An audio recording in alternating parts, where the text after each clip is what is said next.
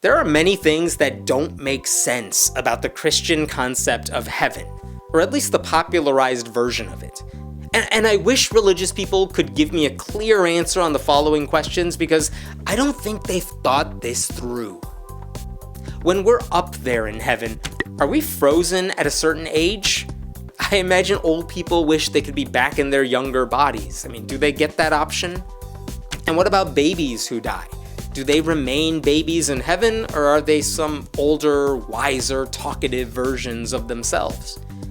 If you're a parent who tragically lost a baby, wouldn't you want to see your baby in heaven instead of some 20-year-old version of a kid you never knew? And what about unborn children? Christians say they're living, which is why we shouldn't abort them, but they also don't think those fetuses are going to be punished in hell for their mother's decision. So, is heaven just littered with the remains of partially formed babies? Does jealousy exist in heaven? Because jealousy develops when people are better than you at something, or they have more things than you. But the only way to avoid that is to make everybody the same in heaven. You know, they say variety is the spice of life, but it sounds like uniformity is the norm in heaven, which sounds really boring. What do people eat in heaven? I mean, can you be a carnivore? Because eating meat would still require the death of animals, and where would those animals come from? I mean, the places around you, I would assume, but let me get this right then. Those animals died, then went to heaven, only to be slaughtered again to provide food for hungry angels? What about bugs? I mean, do I have to deal with spiders on my cloud? If I have a disability, do I still have it after I die? Can I get out of my wheelchair in heaven? And what if I embraced it? I mean, there are deaf people who don't want cochlear implants. Does God fix their hearing against their will? What if the person who killed me accepted Jesus and made it to heaven? Would I run into that person? What if I really don't want to see certain family members again in the afterlife? I mean, we always talk about how we'll be reunited with our loved ones after death. But I can think of a few people I don't want to see ever again, especially for eternity. Speaking of loved ones, what if somebody I loved didn't accept Christ? They'd go to hell, but how happy could I be in heaven if someone I loved was burning forever? Or would I just forget about that person? Do people have sex in heaven? Can they? Do they get privacy? What if you're a guy who died at an old age? I mean, does your dick work again? If Islamic terrorists say you get 72 virgins in heaven, what happens when the martyrs run out of them? Can they replenish their stash of virgins? And honestly, wouldn't they want to be with 72 people who know what they're doing? Or how about just one?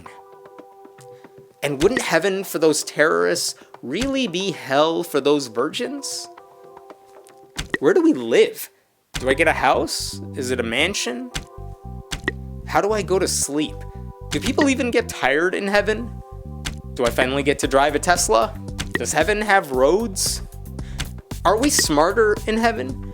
Will I finally be able to understand things I never figured out on Earth? I mean, will I be able to play the piano? Can I prove things that are elusive to the best mathematicians?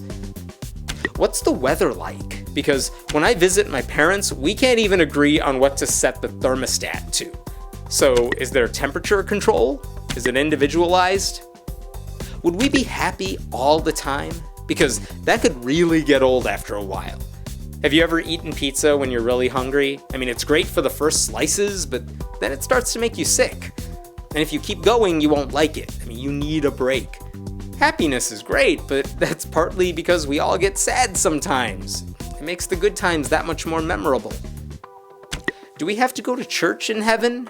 Because if I'm there, it's presumably because God actually exists, but then are we supposed to worship him for all eternity? That doesn't sound like a good time. I mean, you thought church was boring now? Wait till the services last literally forever. Do I have to spend an eternity around other Christians who can't stop talking about God? Because I try to avoid that now. What would we even talk about? Because to me, the most interesting things to discuss are topics where people have differences of opinion.